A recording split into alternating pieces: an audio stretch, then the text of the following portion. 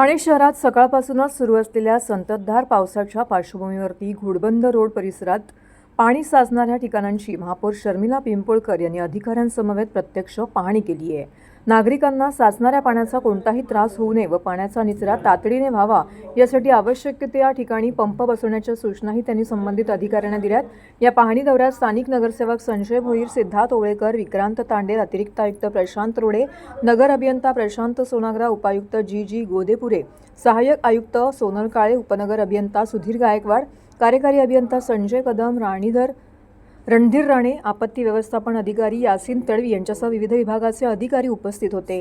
पाहणी दौऱ्याची सुरुवात घोडबंदर रोडवरील कापूरवाडी येथील पेपर प्रोडक्ट कंपनी परिसरातून करण्यात आली। या ठिकाणी रस्त्यावर पाणी साचल्याचे निदर्शनास आले।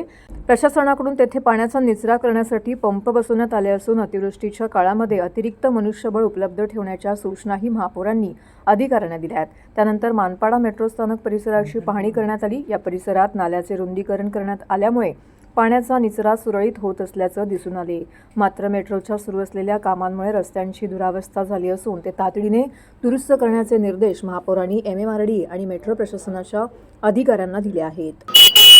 सखल भाग आहे ठाणे शहरामधले, तिथे आपण पाहणी दौरा करतोय। मला वाटतं पावसापूर्वी आपण बैठका घेतल्या होत्या। उपाययोजना ठाणे महानगरपालिकेचे सर्व अधिकारी, ज्या यंत्रणा आहे, आपत्कालीन कक्षाला पण आपण भेट दिली होती आणि ज्या ठिकाणी पाणी भरतं त्या ठिकाणी पंपिंगची व्यवस्था आपण व्यवस्थित करायला लावली होती। एक व्यक्ती तिथे बसवायला सांगितला होता आणि या अनुषंगाने मला वाटतं सगळे स्थानिक नगरसेवक, सर्व अधिकारी यांच्या लेवलला आपण हा पाहणी दौरा करतोय। मला वाटतं आतापर्यंत 10-15 पंपिंग जिथे सखल भागाचे विषय आहेत तिथे हे पंपिंग बसवले।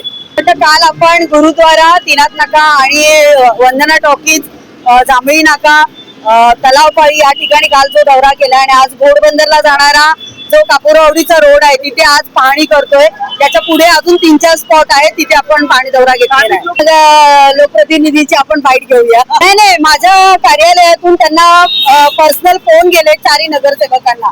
ज्या ठिकाणी आपण पाहणी दौरा करतोय आपण सर्वांना 4 नगरसेवकांना सांगतोय। काचीताई, आपण 4 नगरसेवकांना कळवलंय ना? राजुरा नाला त्या ठिकाणी हा जो नाला त्या ठिकाणी सरळ जातो, ठेकेदारांनी कुठल्याही प्रकारचा त्या ठिकाणी नाला साफ झालेला नाही।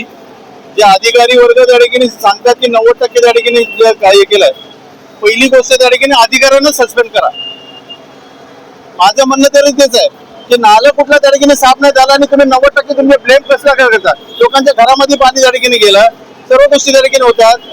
ही कुठली पद्धत आहे मला समजलं नाही। मला महापालिकेची आयुक्ताने आम्ही त्या ठिकाणी सांगतो, आयुक्त येत नाही त्या ठिकाणी बघायला नाले, पुरवठाच चालू आहे त्या ठिकाणी। अधिकारी त्या ठिकाणी जाणीवपूर्वक त्या ठिकाणी काम करायला चालू केलेलं आहे। मी महापौरांचं त्या ठिकाणी स्वागत करतो। महापौरांनी त्या ठिकाणी दौरा घेतलाय, त्यांना त्या ठिकाणी काय माहित नसेल, अधिकारी वर्ग त्या ठिकाणी गुमराह त्या ठिकाणी त्यांना करतात। त्याच्यामुळे या अधिकाऱ्यांवरती कारवाई करावी ही माझी त्या ठिकाणी मागणी राहील। दौऱ्यात त्या ठिकाणी आम्हाला बोलवलंच नाही तर आम्ही दौऱ्यात येणार नाही।